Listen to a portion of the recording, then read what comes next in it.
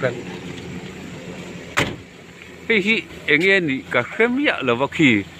het a huna tanga en chuan thil kwal ania adum ruya a thok ka tihian a thoka a hun hi bual pui tinge kan tiang bual pui pel to sia set mangai na hom sak dewa ani tihian ki araldon tihian kanan huwa ama khop mai hei hi tihian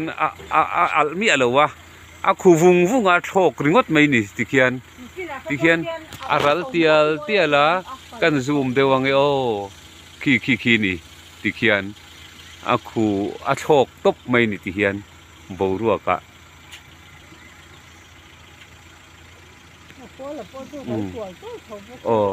tihian aral tial enge a om zia po kan thelawa enge ni la kan thre heklo tha kan la ve ngon ta ni hi so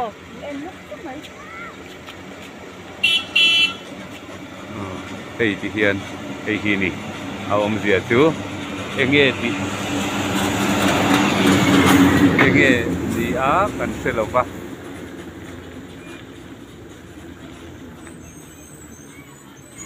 tihian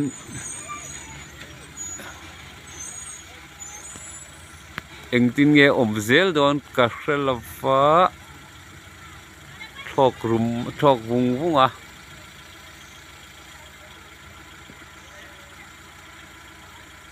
a khumua mai ni kan din ke thei ka chuan kian a chho zong khan alat zam na sa mo le araldon riai ya ang khop mai khi a khuzam raldon eng thil nge ni anga enge om zia ni ang ti kha khriat ani lawa a zo hi kan ngak don mi nia nga ral kan ngak ral don ani mel kan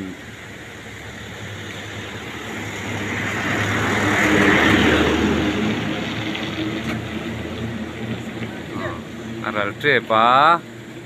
kan nui ngak ral lo anga ti enge thil ni zel dan dura kha kan se chak kani ama khop mai heti lai mun hi a location tak hi mangai na khom kolasip lamatanga mangai na khom tlan pel chowa mun kho har si ti pel chowa helaya trak alo din thup na thin kongzol phei lamatang khan chua lama van sang taka a thok top mai ni ki le